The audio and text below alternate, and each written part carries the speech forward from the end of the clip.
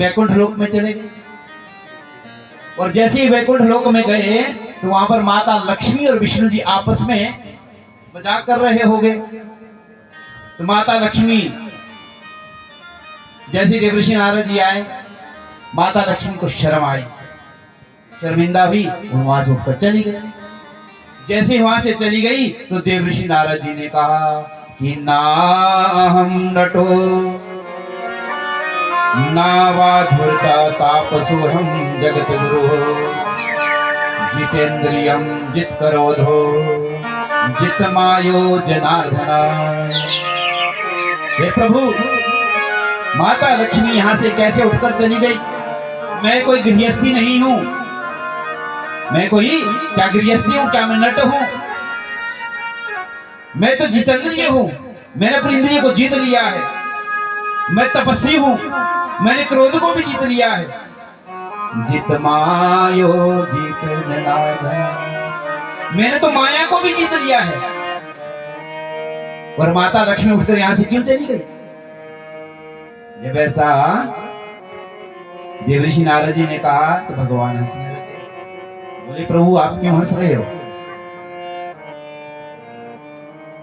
बोले नहीं नहीं देवर्षि नारद जी ऐसा कोई बात नहीं है, पर हाँ चलो घूमने कहीं चलते हैं, फिर वहां पर आपके प्रश्न का उत्तर दूंगा। अब जो भगवान गरुड़ की गर्दन पर बैठे, पीठ पर बैठाया देवर्षि नारद जी को, चले महाराज।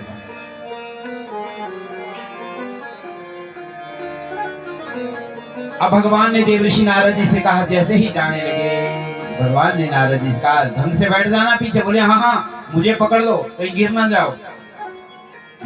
जित मायो अस्मिनः गीतज्ञनेव वाच्यं कदाचन। अब माया का स्वरूप मैं आपको बताता हूं कि माया क्या होती है। माया को आज तक कोई भी जीत नहीं पाया। ऐसा कोई पैदा ही नहीं हुआ, ना कोई देव, ना कोई ऋषि, ना कोई तपस्वी महाराज। भगवान कह रहे पीठ पर बैठे हैं देवर्षि नारद, और सामने देवर्षि नारद जी को एक सरोवर दिखाई दिया। कान्याकुब्ज नगर में जब भगवान पहुंचे, वहां पर एक सरोवर था। देवर्षि नारद जी का मुझे प्रभु स्नान करना है, इसलिए आप गरुड़ को नीचे ले जाइए। गरुड़ को नीचे लाए। बोले देवर्षि नारद जी, बीणा उनके हाथ में होती है, नारायण नारायण, बीणा भगवान के हाथ में थी। और भगवान की माया देखी। अब देवर्षि नारद जैसे ही उस कुएं के अंदर गए, सरोवर के अंदर गए, और बाहर निकले तो औरत के रूप में प्रकट हो गए। बोले जगदम्बा मैया।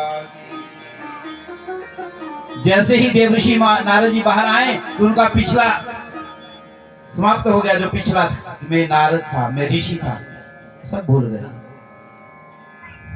जैसे ही बाहर निकले, प्रपच्छं का असि कल्याणी कस्य पुत्री सुश्चवरः। जैसे ही बाहर निकले, स्त्री के रूप में आए। तालध्वज नाम का राजा आया।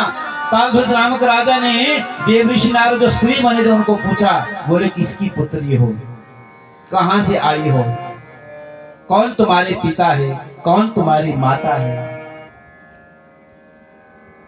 देवर्षि नारद जो औरत बन अपने आप को देखे, बोले मैं कहां से, ना पिता का पता लगे, ना माता का पता लगे, ना भाई बंधु का पता लगे। बोले मुझे कुछ पता नहीं, मैं कहां से आई।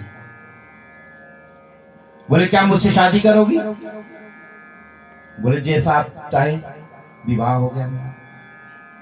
तालध्वज नामक राजा ने देवर्षि नारद जो स्त्री बनी थी वो विवाह कर लिया, नगरी को ले गए।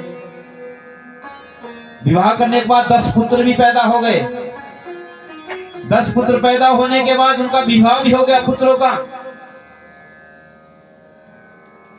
10 कन्या को जन्म दिया, उनका विवाह भी हो गया, नाती पोतों वाली हो गई।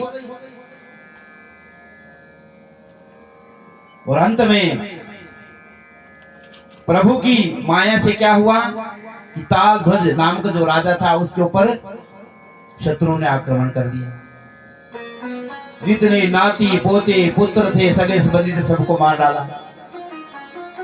अपने पति का हाथ पकड़ा तालध्वज का, भाग गए वहां से। अगर हम नहीं भागे तो हम भी मर जाएंगे। चले गए गंगा सागर के किनारे। गंगा सागर के किनारे सभी का पिंडदान किया। जैसे पिंडदान किया, पिंडदान करने के बाद स्नान करने के लिए सरोवर में दोनों गए। दोनों ने हाथ पकड़ा एक दूसरे का। जैसे सागर में अंदर स्नान करने के लिए गए, ताल ध्वज के साथ देवर्षि नारद जी नारायण नारायण नारायण करते हुए महासागर से बाहर निकले। अब ताल ध्वज कहते हैं, आप तो मेरे साथ स्त्री के रूप में अंदर गए थे, मेरी पत्नी कहाँ गई? बोले मैं नहीं जानता, मेरे हाथ क्यों पकड़ा है? छुड़ाया हाथ मारा। ताल ध्वज जो है रोने लग गया, मेरी पत्नी, मेरी स्त्री कहाँ गई? डूब गई, कहाँ बह गई? देवर्षि नारद जी ऐसे जाए, बोले मुझे क्या हो गया? मैं कहाँ था? मेरा विवाह, मेरे पुत्र, मेरे पुत्रिया, मेरे नाती, मेरे पोते। और भगवान जी बीणा लेके जो खड़े हैं, देवर्षि नारद जी लो अपनी बीणा को पकड़ो, बजाइए। बोले प्रभु मुझे क्षमा करना, आपकी माया का पार कोई नहीं पा सका। मुझ जैसे देवऋषि को, देवताओं को जो ऋषि है, उसको भी विचलित कर दिया, उसको भी माया में डाल दिया। बोले जगदम्बा मैया।